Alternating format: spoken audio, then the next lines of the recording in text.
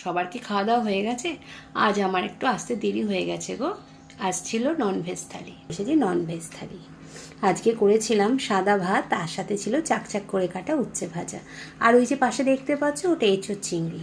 আর এই যে এখন যেটা দেখতে পাচ্ছ সেটা হচ্ছে ফুলুই মাছ দিয়ে পাতলা আলু, মানে কলা আলু দিয়ে ঝোল।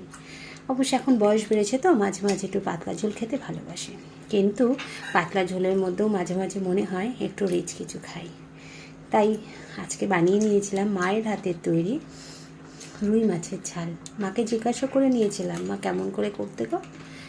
আমি তো কোনোদিন দেখিনি কীভাবে করতো, কিন্তু খেতে অসাধারণ হতো, তাই বানিয়ে নিলাম সেই রুই মাছের ঝাল। আর ছিল ঘরে পাতা টক দই, আর শশা তো থাকবেই। এই ছিল দুপুরের ননভেজ থালি।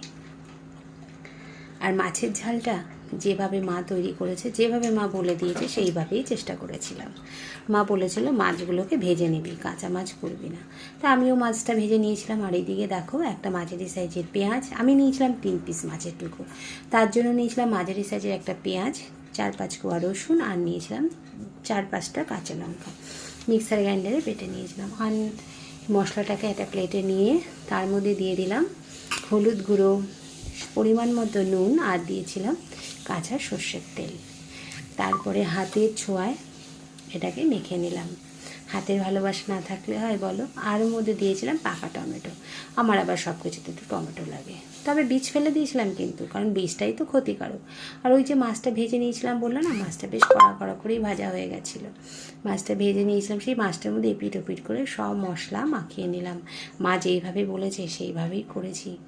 ভয়ে ভয়ে রয়েছি কেমন হবে কে জানে। তো দেখো মাছটা মাখা হয়ে গেছে। এবার এদিকে কড়াইয়ের মধ্যে সমস্ত মাছগুলোকে সুন্দর করে সাজিয়ে নেব। মাছগুলোকে নিয়ে তার উপরে মশলাটা দিয়ে আর ওই প্লেট ধোয়া জলটা দিয়ে দিলাম, দিয়ে একটু মানে গ্যাসটা ধরিয়ে দেবো। এবার গ্যাসটা তো এখনও ধরানো হয়নি। এই যে প্লেট ধোয়া জলটা দিয়ে এবার আমি এটাকে একটু নাড়াচাড়া করে, গ্যাসটা ধরিয়ে নিয়ে নাড়াচাড়া করে এটাকে ঢেকে দেবো মিনিট 10 ভাপে হওয়ার জন্য। তবে মাঝে মাঝে ঢাকনা তুলে দেখবো কেমন হচ্ছে। এই যে মাঝখানে ঢাকনা তুলে একটু দেখে নিলাম, আবার মাছগুলোকে উল্টে পাল্টেও দিলাম, আবার একটু ঢেকে দিলাম, দিয়ে ঢাকনাটা তুলে নিলাম। তুলে একটু মাঝে মাঝে উল্টে পাল্টে দেখলাম, দেখে এর মধ্যে একটু দিয়ে দেবো কাঁচা সর্ষের তেল। রসুন বাটা, পেঁয়াজ বাটা, লঙ্কা বাটা আর কাঁচা সর্ষের তেলের গন্ধে ঘর যেন ম করছে। মনে হচ্ছিলো এক্ষুনি যেন 1 থালা ভাত খেয়ে নেব। দিয়ে দিলাম একটু কাঁচা সর্ষের তেল, দিয়ে আবার কিছুক্ষণের জন্য ঢেকে নিলাম। আবার মিনিট 3 পর